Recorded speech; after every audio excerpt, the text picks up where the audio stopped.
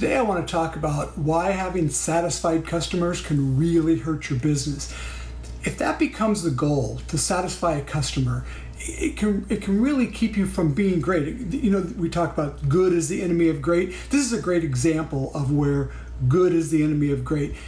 I see online all the time DJs talking about, well, as long as the customer's happy, that's all that matters. No, that is not the only thing that matters. It's so easy to make a bride and groom happy at their wedding. Like, don't screw it up. That's pretty much it. If you don't screw it up, they're going to be happy with you. People want to be happy with the services that they hire, certainly with entertainment.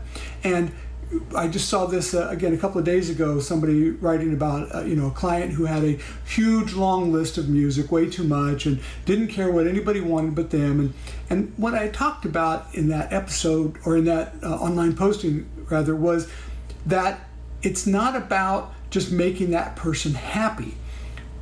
We could do that forever. I remember, gosh, this has to be in the first 2 or 3 years that I was in business, and I had a guy that called. When clients used to call, and I had a guy that called, and I actually talked to the bride first, and she was awesome. We had a great conversation, and then she said, "Okay, I'm going to talk to my fiance," and then the fiance calls me back, and he has a whole different level, and he says, "Okay, I have 3 conditions for you, and here are the conditions." And see if I can remember them all. One is, I'm going to give you a list of music to be played. I want nothing played that's not on that list. I want everything that's on that list to be played. I want you to play them in the order that I tell you to do it. And I'm going to give you scripts of what I want you to say on the microphone. I don't want anything else said on the microphone. So before we go any further, I just want to make sure that you're okay with doing that. And I said, "Yeah, that's not going to work, but I'm sure you'll find somebody who'll do that, so I wish you well." And he said, "Well, what do you mean? So you're saying you wouldn't do that?" I said, "No, I'm not going to do that." And he said, "Why not?" And my answer to him was, it really doesn't matter why.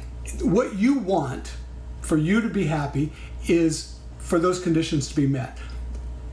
I have my reasons that I wouldn't want to work like that, and if I tell you, then you're just going to, try to be defensive, and we're going to end up in an argument. And listen, there's a lot of DJs out there. And he got really defensive about it. He said, "I really want you to tell me." So I gave him some reasons, why I didn't want to do it. And just as an example, I said, or he said to me, he goes, "What do you?" Because I think I said to him first, "Look, if you said to me, just play the same song 75 times in a row." The problem is everybody who's at your wedding is going to go, "Man, don't ever hire Randy. All he does is he only has one song. He just plays it 75 times in a row." And he said, "What difference does it make? I'm paying you. As long as you're getting your money, what do you care?" That's the mentality I see with a lot of DJs. Hey, they're paying the bill, whatever they want me to do. But this goes back to when we talk about we work with our clients instead of for our clients. It's very easy to have satisfied that guy, but it was not going to be a good fit for us.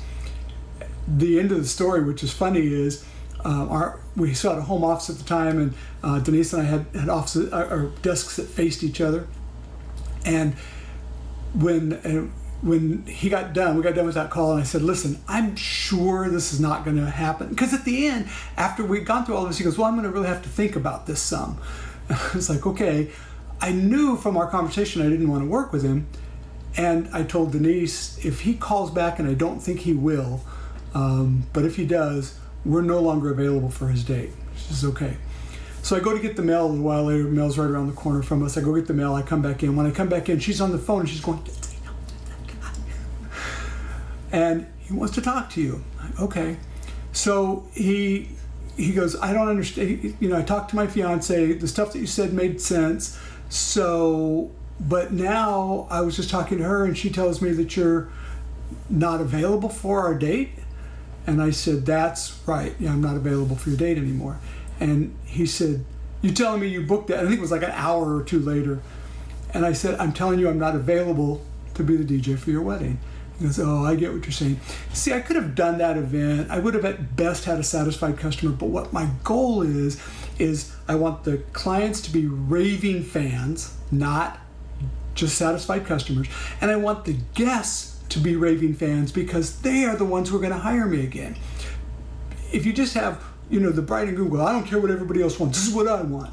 First off, I don't want to work for people with that kind of mentality. Secondly, it would be like the caterer and somebody says, you know what, I don't care what anybody else, I want this to be the spiciest, hottest food that's ever been served to anybody, and serve that to all of my guests. And then what's going to happen is all the people are going to say, man, don't ever use that caterer, they're horrible, the food was so spicy we couldn't even eat it. But the bride and groom would have been satisfied. Set your standards for what you want to do, and make sure that you're looking to, at every event, have a raving fan. What are you doing at this wedding that's going to cause this client to be a raving fan, that's going to tell everybody for years and years and years about how amazing you were, not just, yeah, he played really nice music and our people danced. If you'll do that, you'll keep your calendar booked, and you won't have to worry about your SEO and all the people that are finding, because what you want to avoid, what you ultimately want to get to, is people calling you who already know they want to book you. And then you can sift through those clients to see which ones you want. I hope that helps, and we'll see you again next week.